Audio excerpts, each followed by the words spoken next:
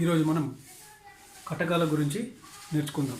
మరి ఈ కటకం అంటే ఏమిటి అంటే రెండు ఉపరితలాలతో ఆవర్తనమైన పారదర్శక పదార్థంకు ఒకవైపు సమతలంగా లేదా రెండు వైపులా ఒకవైపు సమతలంగా ఒకవైపు ఉబ్బెత్తుగా ఉండే పారదర్శక పదార్థాన్ని కటకమని అంటూ ఉంటాం. ఏదో ఒక తలం వక్రతలమై ఉండే పారదర్శక పదార్థాన్ని కటకమని అంటూ ఉంటాం. ఇక్కడ కటకాలలో రకాలు కుంభాకార కటకం, పుటాకార కటకం.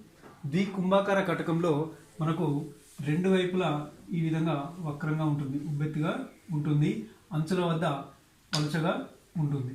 ఈ విధంగా కుంభాకార కటకం ఉంటుంది. మధ్య భాగంలో కొంచెం మందంగా ఉంటుంది. పుటాకార కటకం. ఈ పుటాకార కటకం ఏమో అంచుల వద్ద మందంగా ఉంటుంది, మధ్య భాగంలో చాలా పలచగా ఉంటుంది. ఇది లోపలి వైపు ఇలా వక్రంగా ఉంటుంది. పుటాకార కటకం. సమతల కుంభాకార కటకం. సమతల కుంభాకార కటకం ఏమో ఒకవైపు సమతలంగా ఉంటూ రెండో వైపు ఈ విధంగా వక్రంగా ఉంటుంది. ఇది కూడా చివరల వద్ద పలచగా ఉంటుంది, మధ్య భాగంలో మందంగా ఉంటుంది. నెక్స్ట్ సమతల పుటాకార. ఒకవైపు సమతలంగా ఉంటూ ఇది వక్రతలం లోపల వైపు ఉంటుంది. ఇది కూడా అంచుల వద్ద మందంగా ఉంటుంది, మధ్య భాగంలో మనకు సన్నగా ఉంటుంది, పలచగా ఉంటుంది. నెక్స్ట్ పుటాకార కుంభాకార కటకం. ఈ పుటాకార కుంభాకార కటకంలో ఒకవైపు ఏమో బయట వైపు ఉబ్బెత్తుగా ఉంటుంది, ఇంకోవైపు లోపల వైపు వక్రంగా ఉంటుంది. అంటే ఈ తలమేమో పుటాకారంగా పనిచేస్తే ఈ తలం కుంభాకారంగా పనిచేస్తూ ఉంటుంది. ఈ విధంగా కుంభాకార పుటాకార కటకం, సమతల పుటాకార కటకం, సమతల కుంభాకార కటకం, పుటాకార కటకం, కుంభాకార కటకం. ఈ విధంగా కటకాల గురించి ఉంటుంది. ఈ కుంభాకార కటకాన్ని మనం సింపుల్గా ఈ విధంగా సూచిస్తాం, బాణం గుర్తుతోటి. ఈ విధంగా రెండు వైపులా బాణం గుర్తున్న గీతతోటి సూచిస్తూ ఉంటాం. ఎందుకనంటే వీటి మధ్య గల డిఫరెన్స్ అంటే ఈ రెండు వక్రతలాల మధ్య గల దూరం చాలా స్వల్పం అనుకున్నట్లయితే ఆ స్వల్పాన్ని మనం ఈ విధంగా బాణం గుర్తు పైవైపు కింద వైపు ఉండే విధంగా సూచిస్తూ ఉంటాం. అదేవిధంగా పుటాకార కటకం.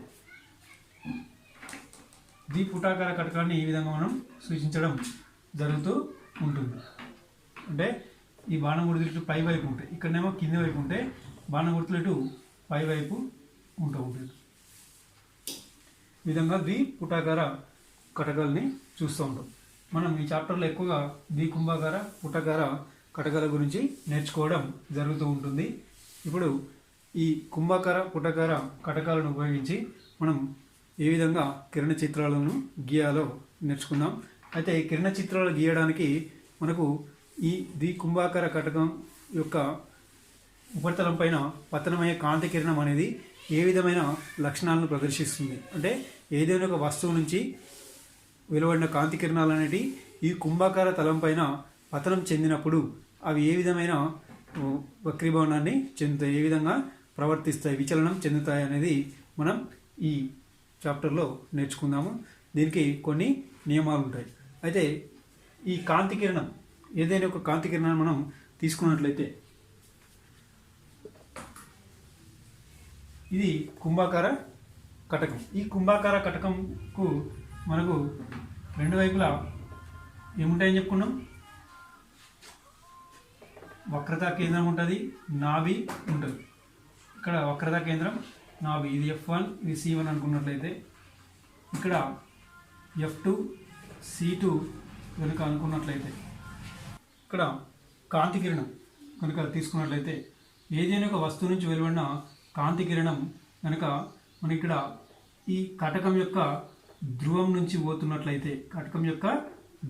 కనుక పోతున్నట్లయితే అది వక్రీభవనం చెందకుండా లేదా విచలనం చెందకుండా అదేవిధంగా ముందుకు వెళ్ళడం జరుగుతూ ఉంటుంది. ఇది కేస్ 1, సందర్భం 1. అంటే ఏదైనా ఒక వస్తువు నుంచి వెలువడిన కాంతి కిరణం అనేది ఈ కుంభాకార కటకం యొక్క ధ్రువం గుండా వెళ్ళినట్లయితే అది విచలనం చెందకుండా ముందుకే ప్రయాణిస్తూ ఉంటుంది. Next case 2.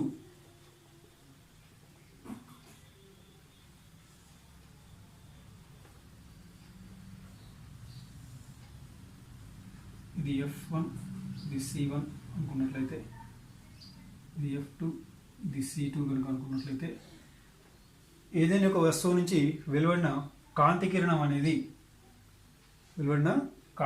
అనేది వక్రతా కేంద్రం నుంచి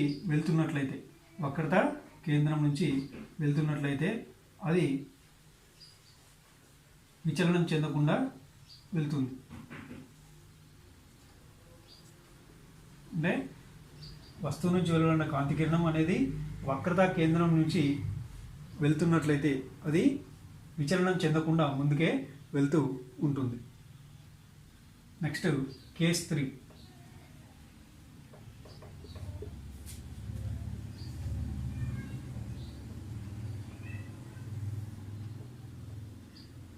ఈ ధ్రువం P, F1, C1, F2, C2 అనుకున్నట్లయితే, ఒక వస్తువు నుంచి వెలువడిన కాంతి కిరణం అనేది ప్రధాన అక్షానికి సమాంతరంగా వచ్చినప్పుడు ఈ కటకం ద్వారా వక్రీభవనం చెంది నాభి గుండా ప్రయాణిస్తూ ఉంటుంది. ఇది మనం గుర్తుంచుకోవాల్సిన అంశం. ప్రధాన అక్షానికి సమాంతరంగా వెలువడిన కాంతి కిరణం అనేది కటకం ద్వారా వక్రీభవనం చెంది నాభి గుండా ప్రయాణిస్తూ ఉంటుంది.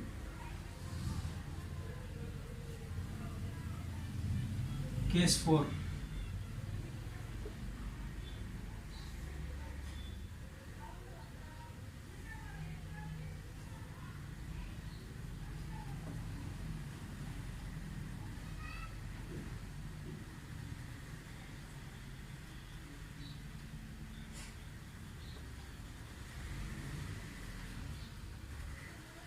ఒక వస్తువు నుంచి వెలువడిన కాంతి కిరణం అనేది నాభి గుండా ప్రయాణిస్తున్నప్పుడు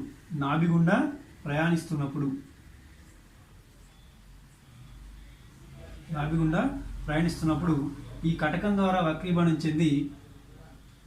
చెందిన తర్వాత ప్రధాన అక్షానికి సమాంతరంగా ప్రయాణిస్తూ ఉంటుంది.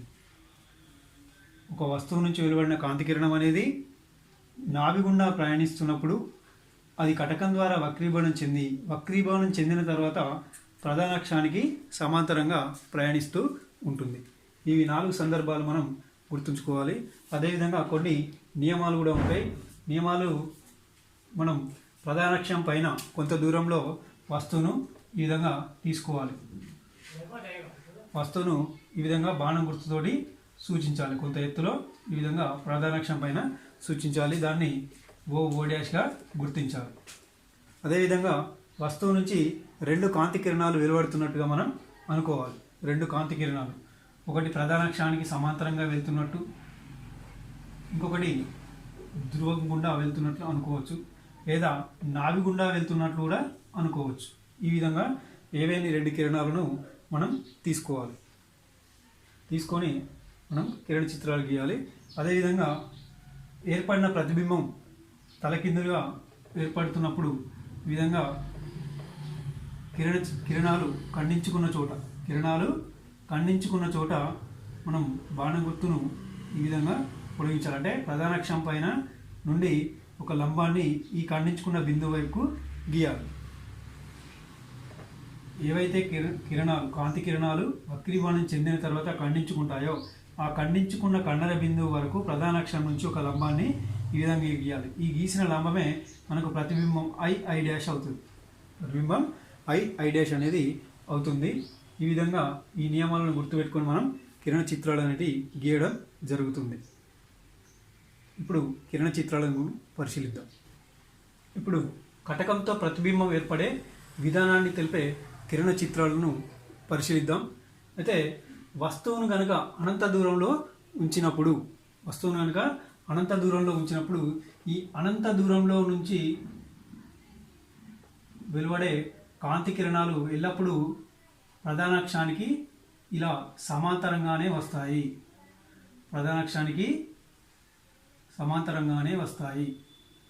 ఇలా ప్రధాన అక్షం పైనుంచి కూడా ఒక కాంతి కిరణం వస్తున్నట్టు మనకు అనుకున్నట్లయితే ఇది ఒక కాంతి కిరణం. ఈ విధంగా ఒక 5 కాంతి కిరణాలు మనం తీసుకున్నట్లయితే అంటే అనంత దూరంలో ఉన్న వస్తువు నుంచి వెలువడే కాంతి కిరణాలు ఎల్లప్పుడూ సమాంతరంగానే ఉంటాయి ప్రధాన అక్షానికి.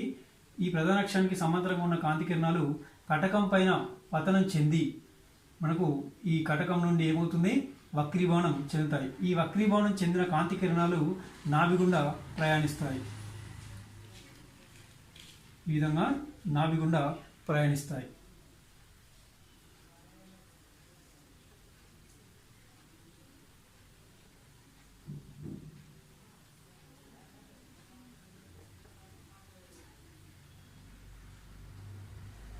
ఇలా నాభి గుండా ప్రయాణిస్తాయి. అదే ప్రధాన అక్షంకి సమాంతరంగా ప్రయాణించే వస్తువు యొక్క కాంతి కిరణము ఎటువంటి విచలనం చెందకుండా ముందుకు ప్రయాణిస్తుందని మనం ఇంతకుముందు చెప్పుకున్నట్లు ఇక్కడ విచలనం చెందకుండా ముందుకు వెళ్తుంది. ఇక్కడ ఏం ఏర్పడుతుందంటే పాయింట్ ఇమేజ్ అనేది ఏర్పడుతుంది.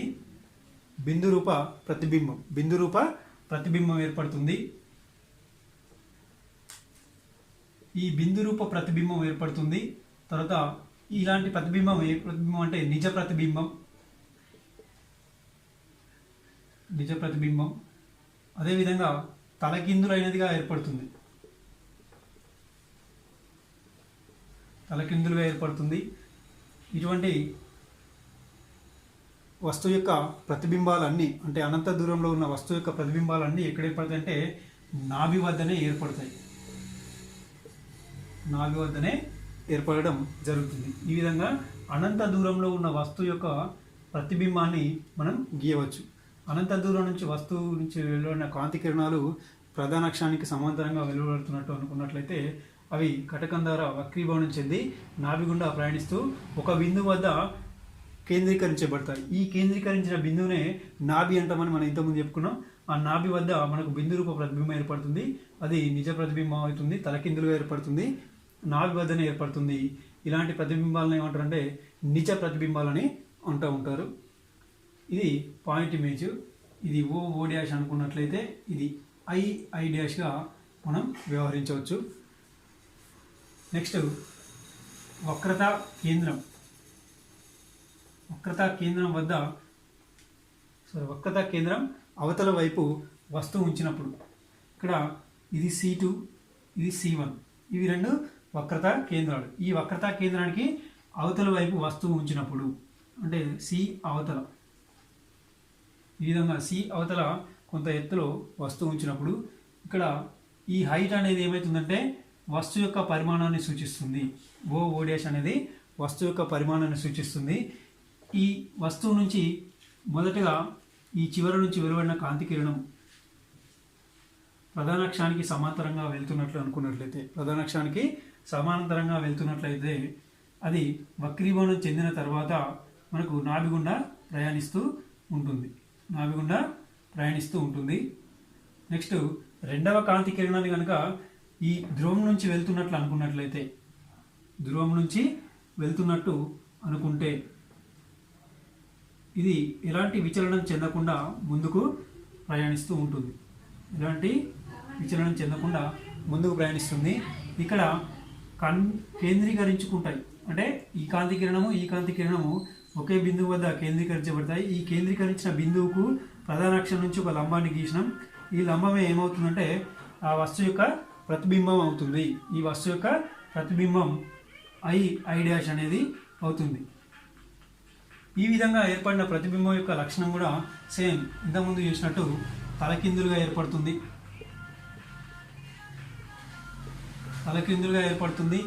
తర్వాత నిజ ప్రతిబింబమే ఏర్పడుతుంది.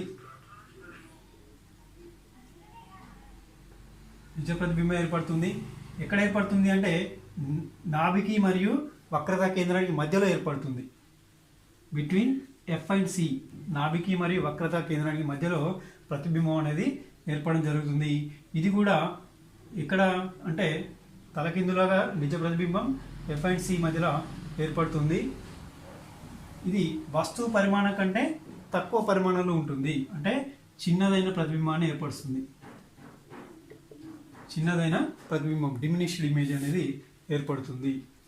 ఇప్పుడు వక్రతా కేంద్రం అవతల వస్తువు ఉంచినప్పుడు ఏమవుతుంది, దాని నుంచి వెలువడిన కాంతి కిరణాలు కటకం ద్వారా వక్రీభవనం చెంది ఒక బిందువు వద్ద కేంద్రీకరించబడి నాభికి మరియు వక్రతా కేంద్రానికి మధ్యలో ప్రతిబింబాన్ని ఏర్పరచడం అనేది జరుగుతుంది. ఈ ప్రతిబింబం యొక్క లక్షణాలు ఏ విధంగా ఉంటాయంటే తలకిందులుగా నిజ ప్రతిబింబం ఎఫ్ అండ్ సి మధ్యలో ఏర్పడుతుంది, చిన్నదిగా ఏర్పడుతుందని మనం గమనించవచ్చు. నెక్స్ట్ వక్రత కేంద్రం అవతల అయిపోయింది కదా. వక్రత కేంద్రం వద్ద వస్తువును కనుక ఉంచినట్లయితే, వక్రత కేంద్రం ఇదే కదా C1, ఇక్కడ వక్రత కేంద్రం వద్ద వస్తువును కనుక ఉంచినట్లయితే ఓ డాష్ అనుకున్నట్లయితే, ఈ వస్తువు నుంచి మొదటగా కాంతి కిరణం ఒకటి సమాంతర కాంతి కిరణం వెలువడుతున్నట్లు మనం అనుకున్నట్లయితే, ఈ వెలువడిన కాంతి కిరణం వక్రీభవనం చెందిన తర్వాత నాభి గుండా వెళ్ళడం జరుగుతుంది. రెండవ కాంతి కిరణము ధ్రువం నుంచి వెళ్తున్నట్లు మనం అనుకున్నట్లయితే, ఈ విధంగా ధ్రువం నుంచి వెలువడుతున్నట్లయితే ఇది ఎలాంటి విచలనం చెందకుండా ముందుకు కదులుతుంది. ఈ ఖండించుకున్న బిందువు నుంచి మనకి ఇక్కడ ఒక లంబాన్ని కనుక గీసినట్లయితే ప్రతిబింబం ఎక్కడ ఏర్పడుతుంది? వక్రతా కేంద్రం పైనే ఏర్పడుతుంది. ఇక్కడ ఏర్పడుతుంది వక్రతా కేంద్రం పైనే ప్రతిబింబం అనేది ఏర్పడడం జరుగుతుంది. అంటే ప్రతిబింబం సి వద్ద ఏర్పడుతుంది, నిజ ప్రతిబింబం. తర్వాత తలకిందులైన ప్రతిబింబ పరిమాణానికి సమానం, అంటే వస్తువు పరిమాణం ప్రతిబింబ పరిమాణం సమానం.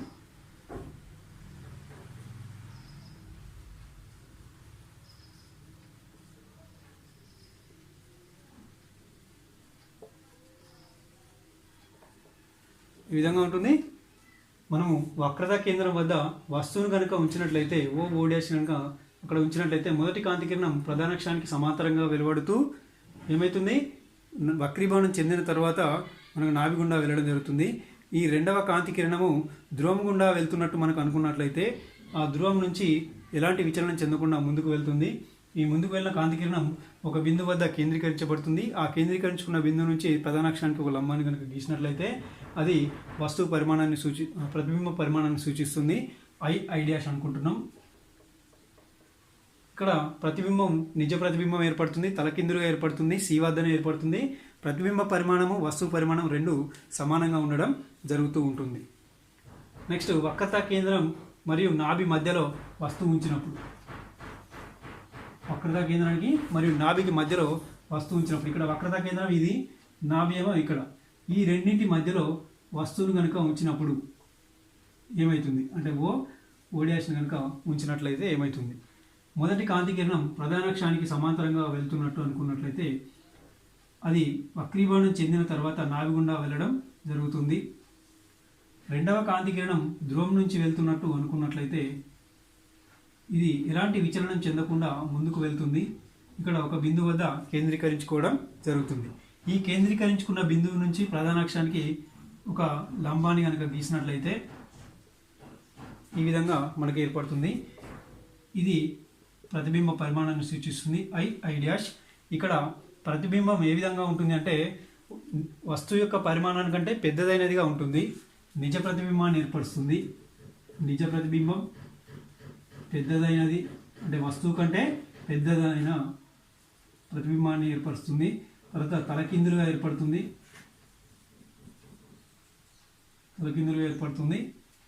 ఎక్కడ ఏర్పడుతుంది? సి అవతల, అంటే వక్రతా కేంద్రం అవతల, సి అవతల ఏర్పడుతుంది. ఈ విధమైన లక్షణాలను మనం కటకం ద్వారా ఏర్పడే ప్రతిబింబ లక్షణాలను మనం గమనించవచ్చు. ఇంకొక రెండు ప్రతిబింబాలు ఉన్నాయి. అవి ఏంటంటే మొదటిది వస్తువు అనంత దూరంలో ఉంచినప్పుడు, వక్రతా కేంద్రం అవతల ఉంచినప్పుడు, వక్రతా కేంద్రం వద్ద, వక్రతా కేంద్రం నాభి మధ్యలో. నెక్స్ట్ ఫిఫ్త్ పాయింట్ ఏంటంటే నాభి వద్ద ఉంచినప్పుడు మరియు నాభికి ధ్రువానికి మధ్యలో వస్తువును ఉంచినప్పుడు. అవి ఏ విధమైన లక్షణాలను చూపిస్తాయో మనం ఇప్పుడు చూద్దాం. వస్తువును నాభి వద్ద ఉంచినప్పుడు, నాభి అంటే ఇక్కడ F1 ఉంది కదా, ఈ నాభి వద్ద వస్తువును ఉంచినప్పుడు ఏ విధమైన లక్షణాలను సూచిస్తుందో చూద్దాం. ఇది ఓ డాష్ అనుకున్నట్లయితే ఈ వస్తువు నుంచి వెలువడిన మొదటి కాంతి కిరణం ప్రధాన అక్షానికి సమాంతరంగా వెలువడుతూ ఉంటుంది. వెలువడిన కాంతి కిరణం మళ్ళీ ఏమవుతుంది? నాభి గుండా ప్రయాణిస్తూ ఉంటుంది. నెక్స్ట్ రెండవ కాంతి కిరణం ధ్రువం నుంచి వెళ్తున్నట్లు అనుకున్నట్లయితే ఎలాంటి విచలనం చెందకుండా ముందుకు ప్రయాణిస్తూ ఉంటుంది. ఈ విధమైన కాంతి కిరణాలు ఎక్కడా ఖండించుకోకుండా ముందుకు వెళ్తూ అనంత దూరంలో ప్రతిబింబాన్ని ఏర్పరుస్తాయి. ఇక్కడ ఏర్పరుస్తాయి, అనంత దూరంలో ప్రతిబింబాన్ని ఏర్పరుస్తాయి. అనంత దూరంలో ప్రతిబింబాన్ని అంటే ఇవి ప్యారలల్ రేస్, ఇవి ఎప్పుడు ఖండించుకోకుండా ముందుకు వెళ్తూ అనంత దూరంలో ప్రతిబింబాన్ని ఏర్పరుస్తాయి. ఇది కూడా నిజ ప్రతిబింబాన్ని ఏర్పరుస్తుంది. నెక్స్ట్ నాభి ధ్రువం మధ్యలో వస్తువును ఉంచినప్పుడు, ఇక్కడ ఇది నాభి మరియు ఇది ధ్రువం.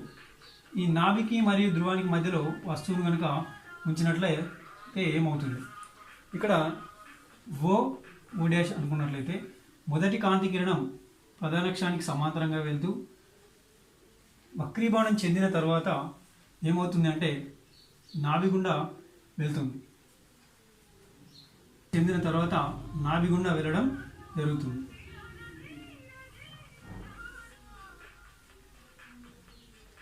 ఈ విధంగా నాభి గుండా వెళ్ళడం జరుగుతూ ఉంటుంది.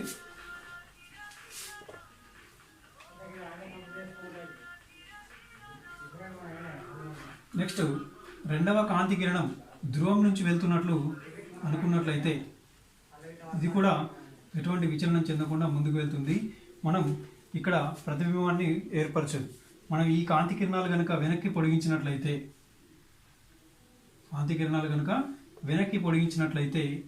ఇవి ఖండించుకునే బిందువు వద్ద మనకు ప్రతిబింబం అనేది ఏర్పడుతుంది. ఈ ప్రతిబింబం ఏ విధంగా ఉంటుందంటే నిఠారైన ప్రతిబింబాన్ని ఏర్పరుస్తుంది.